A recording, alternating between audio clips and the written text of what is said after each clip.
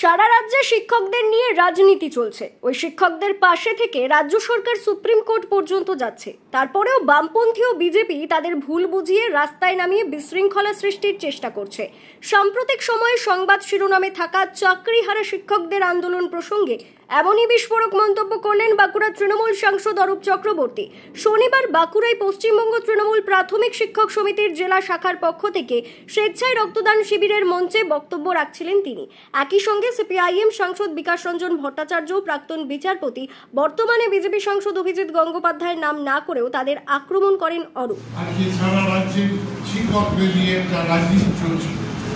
যে শিক্ষকদের পাশে সরকার থাকবে বলছেন, যে শিক্ষকের জন্য সরকার আদালত পর্যন্ত যাচ্ছে সুপ্রিম কোর্ট, কিন্তু বামপন্থী এবং বিজেপি এরা তাদেরকে ভুল বুঝে রাস্তায় নামিয়ে একটা বিশৃঙ্খলা করার চেষ্টা করছে।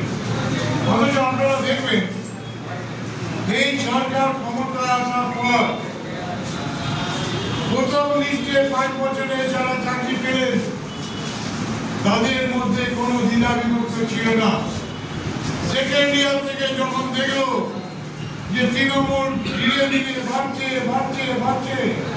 তখন এরা পরিকল্পনা করলো সমস্ত চাকরি যাতে না পায় তার জন্য সিপিএম এর একজন উকিল বাবু একজন জজের সঙ্গে গোপন আঘাত করে চাকরি খাওয়ার রাজনীতি শুরু করলেন এবং প্রায় 80টা মামলা এখনো পেন্ডিং আছে। যারা চাকরি পাচ্ছে না হাইকোর্টে লাল দড়িতে বাঁধা আছে যাতে বাংলার ছেলেরা চাকরি না পায়। এটি যে কনস্পিরেসি, রাজনৈতিক একটা দূরদর্শিতা, অভিসন্ধি এবং এই একটা বদমাশি যাতে বাংলার যুবকরা চাকরি না পায়। যেন তেন প্রকারণ তৃণমূলের আমলে চাকরিগুলো বন্ধ করে দাও। এগুলো আপনাদের ভাবতে হবে। আপনারা যারা শিক্ষক আছেন আপনাদের কথা সকলে শোনে, আপনাদের মানুষ কথা শোনে। একই সঙ্গে ওই মঞ্চে বক্তব্য রাখতে গিয়ে বাঁকুড়া জেলা প্রাথমিক বিদ্যালয় সংসদের পূর্বতন সভাপতি বসুমিত্রা সিংহের প্রসঙ্গ টেনে আনেন তৃণমূল সাংসদ অরূপ চক্রবর্তী। বসুমিত্রা সিংহের নাম না করে অরূপ বলেন, এমন একজনকে চেয়ারম্যান পদে বসিয়েছিলাম যে বামপন্থীদের উৎসাহিত করত। আমি সভাপতি থাকাকালীন আমার দুঃখের বিষয়টি ব্রাত্য বসুকে জানিয়েছিলাম। এর তারা নতুন সভাপতি নিয়োগ করতে সক্ষম হয়েছেন বলে জানান। বামপন্থীদের দখলে চলে গেছে, এমন একটা বাতাবরণ তৈরি হয়েছিল, দলের মধ্যে এমন একটা বাজি খবর ছিল, যেমন একজনকে আমরা বসিয়েছিলাম যে বামপন্থী সমর্থকদেরকে উৎসাহিত করত।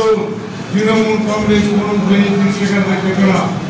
আমি সভাপতি থাকাকালীন আমি মাননীয় প্রাপ্ত বসুকে আমার দুঃখের কথা জানিয়েছিলাম। To save the prestige of Trinamool Congress, আমরা নতুন সভাপতি আমরা জয়েন করতে সক্ষম হয়েছি। দলের কাছে বিচার পাবেন, দল দলের প্রতি কোনো অবিচার করে না।